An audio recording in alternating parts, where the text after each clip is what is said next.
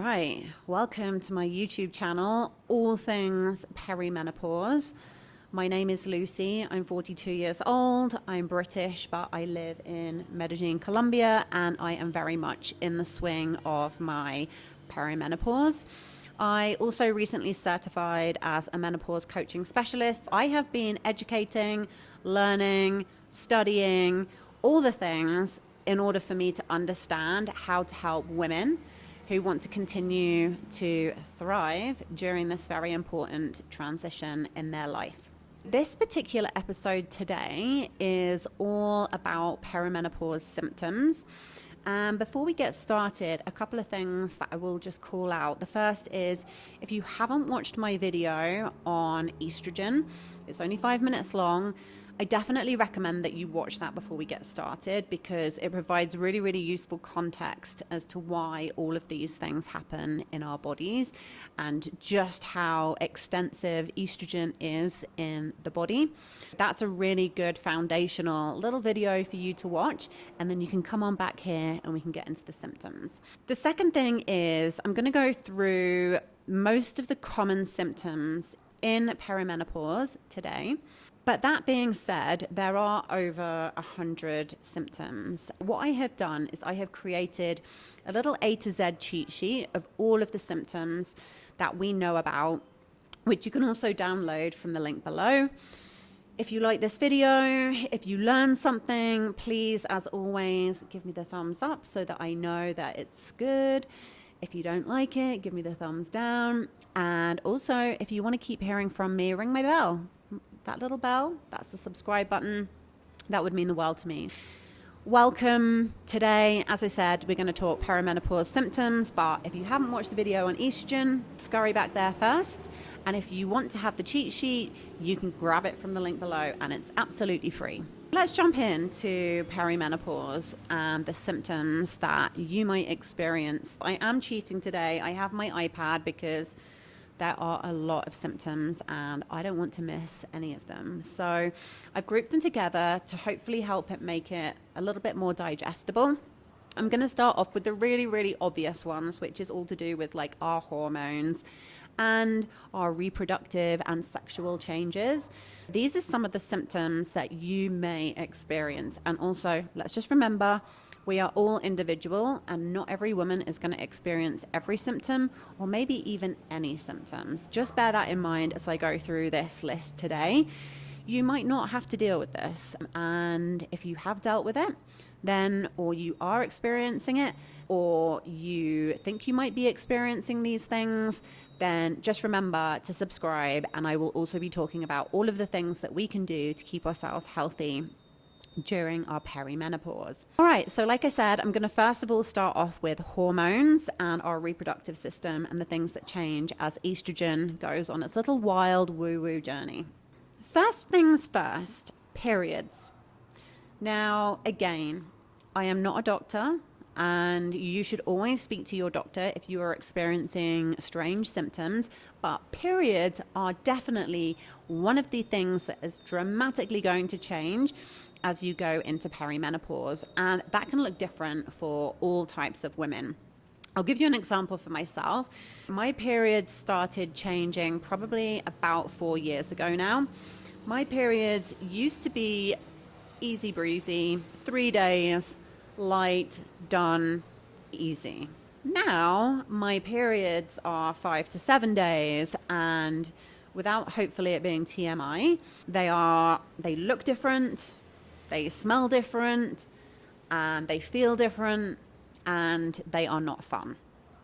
If you are experienced, maybe it's irregular periods, or maybe they've changed, it could be a symptom of perimenopause. And if you have any concerns and you're not sure, please go and speak to a doctor and get them to check it out for you.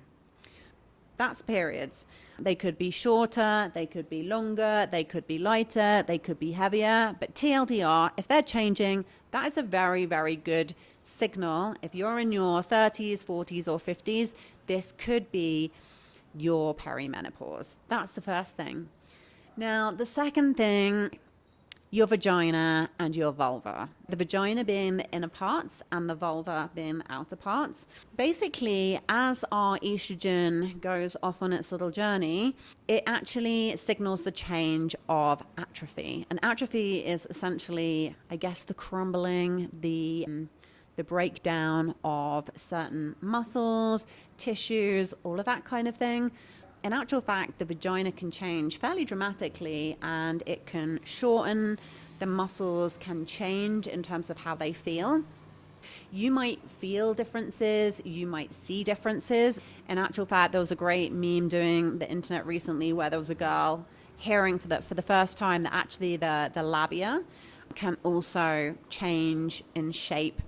They can actually shrink as women go into their menopausal years. Just remember, vagina and vulva, it's very normal for them to change within perimenopause.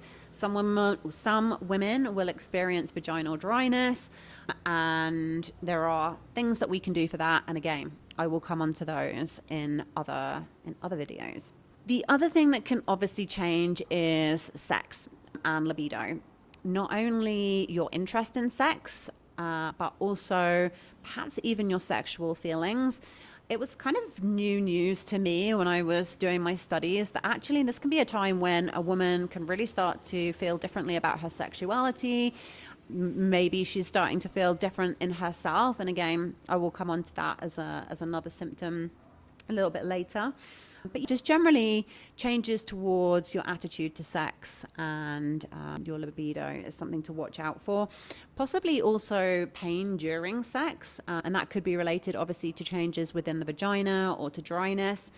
And then lastly, also breasts. So everything connected to our sexual organs, breasts, sometimes tenderness, sore nipples, just sore breasts in general. Those things can also be symptoms of perimenopause. First off, just covered hormonal and reproductive changes, really influencing the periods, how we feel about sex, our sexual organs, including the breasts. The next section I'm going to talk about are vasomotor symptoms, and in particular, vasomotor is like all to do with the heating and cooling in the body. You probably can guess what I'm going to come on to here, which is actually hot flushes, or as some people call them, hot flashes, or night sweats, which was actually my very first symptom when I was 35. I started having really horrible night sweats. I talk a little bit more about that in one of my other videos as well. And that was really what sparked my interest in perimenopause and menopause, because I would wake up every single night pretty much drenched in sweat. I'd have to like flip over the duvet cover. I would sleep on a towel. I would have to like go and change my pajamas. It was awful. And that was really when I first started learning about perimenopause, the changes and the things that I could do in order to try and work with my biology and improve my symptoms. I haven't had hot flushes, which is amazing, because actually my mom, she had really bad hot flushes, and actually she continues to still have hot flushes even though she is post-menopause. Hot flushes, obviously a very famous perimenopause symptom, but a real biggie, and alongside the night sweats. Also, I didn't realize this, but chills can also be a symptom, and then also flushing, so kind of going red in the face, feeling your temperature rising. Basically, anything to do with the body's temperature can be affected by the shifts in estrogen. Classic symptoms, I'm sure you probably heard of those already. Now I'm going to talk about sleep and fatigue, so all related to energy. Insomnia, unfortunately, is a classic symptom, and it can come in many different shapes and forms. Some people might have trouble falling asleep. Some people might have trouble staying asleep. Some people might wake up in the middle of the night, which actually is what I used to do, partly because of the night sweats. And then I would struggle getting back to sleep. Unfortunately, sleep, which is completely foundational to how we feel, is a real biggie in perimenopause. And then obviously, if you haven't slept well, you may just feel friggin' exhausted. And I'll talk a little bit about some of the brain symptoms, but When we're tired, we cannot really function, and it's just no fun. You might be exhausted during the day as well as in the evening. Another interesting one categorized around fatigue, for example, is actually restless leg syndrome. Have you ever sat next to one of those people who jiggles their leg around? It can be kind of annoying. But yeah, restless leg is associated with perimenopause. So if you didn't have that and then all of a sudden it occurs, maybe it's something to do with estrogen. And then lastly, some people can develop sleep apnea. This is to do with when you are asleep and you stop breathing. Sounds a little bit scary, but obviously it wakes you up. And some people also apparently start snoring. Some real big issues there with sleep. And like I said before, if you're not sleeping properly, it is really, really hard for the rest of everything to follow in your day. Let me now talk about some of the mental health and mood elements to perimenopause. Now, this first one is my absolute nemesis right now, and it's mood swings. Earlier, I lost my shit because things weren't working. There was a dog barking, then someone started drilling outside. Most people probably like a few deep breaths and they get over it, but I was like absolutely raging inside, slamming things around, behaving really quite unreasonably, and then it disappears. It is a literal mood swing. As you can see now, I'm feeling a lot better, but really suffered with mood swings, in particular irritability and having such a lack of patience. And actually I find that I get very triggered by noises. Fun fact about me. In regards to other more serious and difficult situations, depression and anxiety. Now, I have suffered with anxiety for many years, and actually it did get pretty bad around my mid-30s. And anxiety is something that I have really focused on, and I will be providing a ton of tips and things that I've done in order to manage my anxiety. Depression, if you haven't suffered with depression before and all of a sudden you find yourself like in this dark place, or as I used to say, I felt like this kind of cloud came down and I just, awful. Anxiety and depression really are key indicators of perimenopause due to all of the estrogen fluctuating in our body and in particular affecting our brains. If you're normally like a happy-go-lucky, cheerful kind of chappy, or chapette, I should say, maybe if you suddenly notice mood swings or your emotions shifting and changing, perhaps it's a moment to go and have a chat with your doctor, tell them about the experience, tell them about the symptoms that you're experiencing, and depending on your age and what other symptoms you're experiencing, they'll be able to help you. Crying spells, sometimes just like totally over emotional, having little tears at things like, I don't know, dog food adverts, whatever, just silly things. But yeah, feeling very emotional. And then, like I said, for me, rage, sudden anger as part of my mood swings was very difficult. The other thing which is really interesting to me is actually more of this sense of who am I? A sense of feeling lost or maybe completely demotivated. It's something for me that I have experienced over the course of the last 8 years. It comes and goes in waves. And really, I know what I need to do when I go through one of those patterns. Again, I'm sorry I sound like a broken record, but I will be sharing all of my tips and tricks with you as I create more of the videos. Just be aware that this is the time when maybe you just feel completely lost inside yourself, and that is very normal again for perimenopause. We are going through such a major transition and shift. It's okay, and we're kind of figuring out who we're becoming, which, you know, for me is actually a really beautiful thing. Let's talk now about cognitive and neurological symptoms. Again, this first one definitely is something that I have experienced over the course of the last 8 years, brain fog.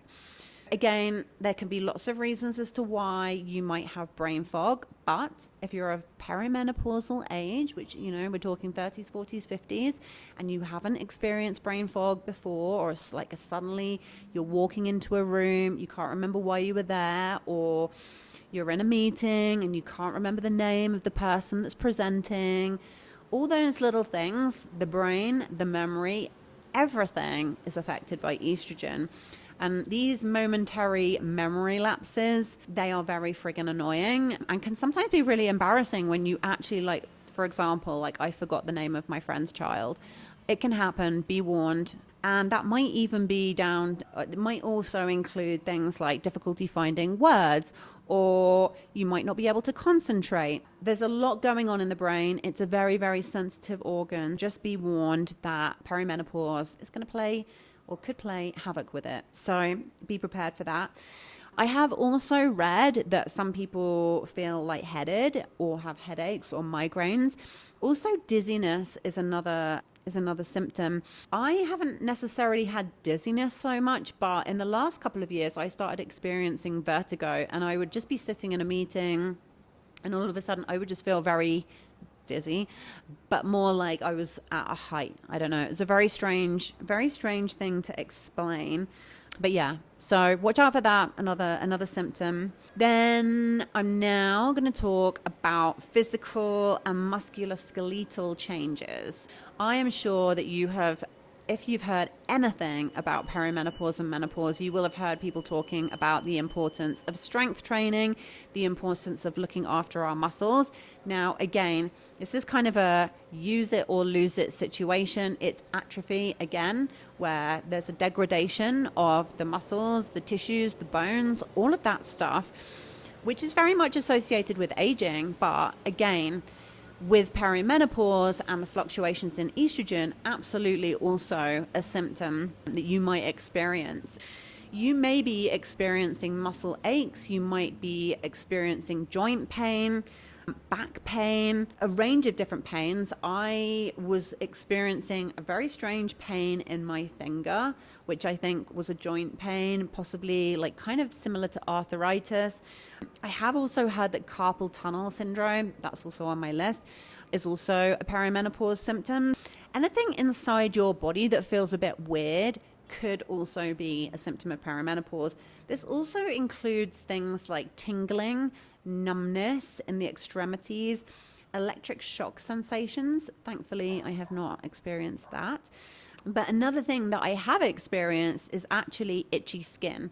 And that could be itchy skin all over. I have more, it's always itchy on my back, and it feels like things are crawling. So crawling skin, itchy skin.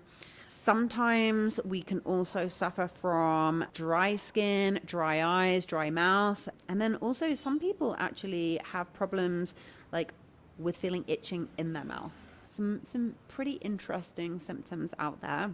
Another thing that I have also been battling is thinning of the hair or hair loss, which I think that I have got some very good solutions. I will be sharing those tips in the future, but very normal for your hair to become brittle and dry and thinning. Same for your nails, basically hair, skin, nails, dry, brittle, breaking, just not looking glossy, shiny, beautiful like they used to. Unfortunately, physical symptoms that we may experience during perimenopause. The next section is metabolic and digestive issues. Now you know what I'm going to say. It's weight gain. And in particular around the midriff, around the middle. This is something which I'm slim. I work out very hard at the gym. I am very careful with what I eat. But I can tell you, all of my weight goes around my middle. Now, I'm not going to get into the science of this now, but all I can say to you is don't be mad at your body. It's trying to look after you. It's trying to keep you safe.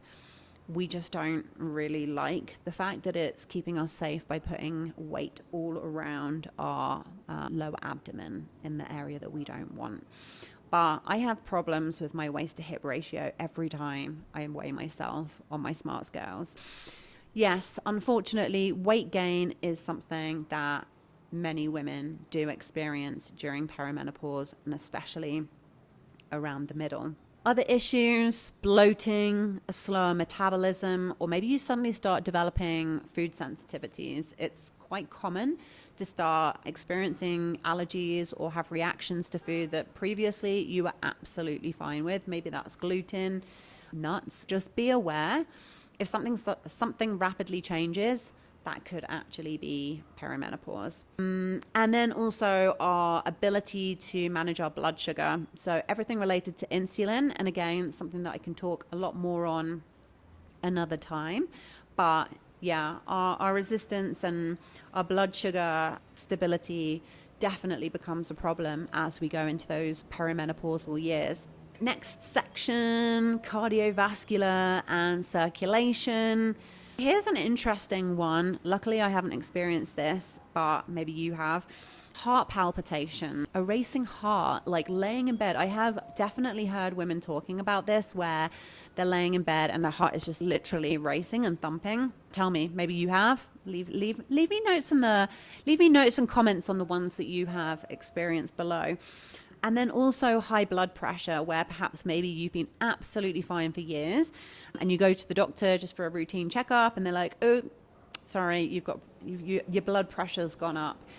And the same for cholesterol. If you see any shifts in those, it could be a symptom of perimenopause. Moving on to the urinary and pelvic region. Now, I'm sure, hopefully you remember from school, the pelvic floor.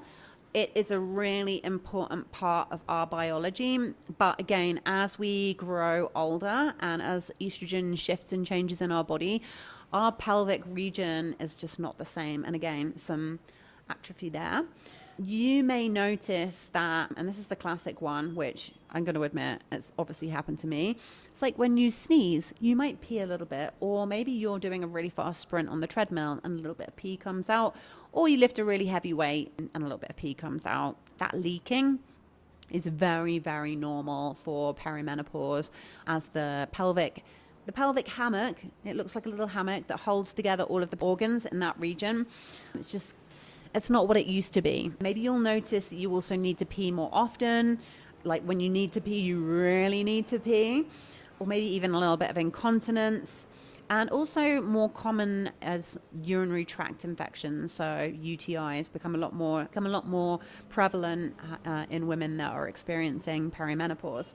I'm just going to read off a few that are kind of lesser known, but might also be something that you experience. People have spoken about having tinnitus, also a lot of gum problems. I went through such a stage of having bleeding gums, and now I am very, very religious about flossing because I found that to be very, very helpful, and I was a little bit lax before. Also, burning tongue. I think I did mention that a bit earlier. And sometimes changes in like taste and smell. But really changes, as I mentioned earlier, like this sense of doom, or you've lost your identity a bit. And I think those are probably not the sorts of things that women are going to talk about or necessarily even put down to perimenopause. But all that's to say, I've given you a really, really full list of the experiences or the symptoms that women of perimenopause may or may not experience. Hopefully that gives you some things to look out for. Also, as I mentioned, I have created an A to Z list. You can download it from the link below, totally free. And I will be creating lots of videos for the things that I do and the things that science has told us that are really, really useful for keeping these symptoms balanced and as in check as we possibly can do. If you want to hear more, if you want to actually get into the meat of the things that you need to do in perimenopause, I'll subscribe and then you won't miss any of my future videos with all of that really juicy content. Thank you for listening. If you've learned something, please hit the like. If you really hate what I had to say, hit the dislike. And if you want to hear more, please subscribe. And don't forget your free A to Z of perimenopause symptoms linked down below. Thank you so much for listening, and I'll see you soon.